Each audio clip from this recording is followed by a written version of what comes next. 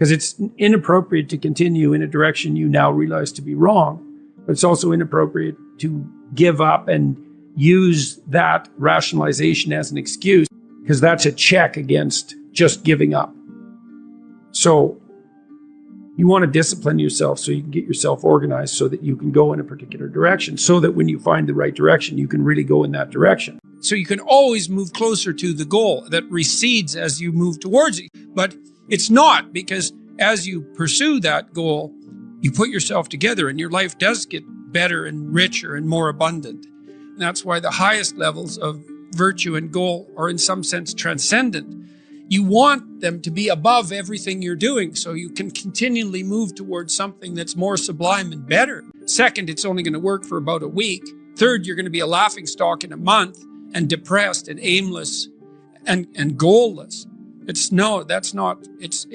You want a horizon of ever expanding possibility.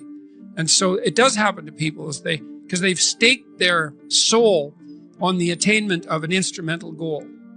You're a university student.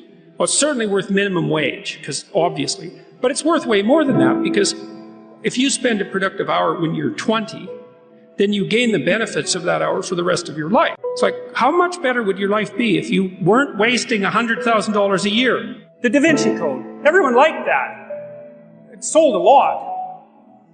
And it was full of little mysteries, and it was full of hints that there was more to the world than you think, and which is definitely true.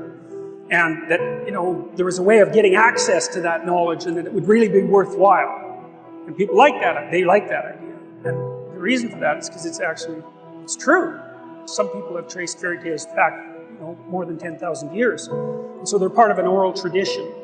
And oral traditions can last for tens of thousands of years. And, a story that's been told for 10,000 years is a funny kind of story. It's like people have remembered it and obviously modified it. It's like a game of telephone, where I tell you something and you whisper it to the person next to you and so on. It's like a game of telephone that's gone on for, 1,000 generations. And all that's left is what people remember. And maybe they remember what's important, because you tend to remember what's important. It isn't necessarily the case that you know what the hell it means. You don't know what music means. But, that doesn't stop you from listening to it.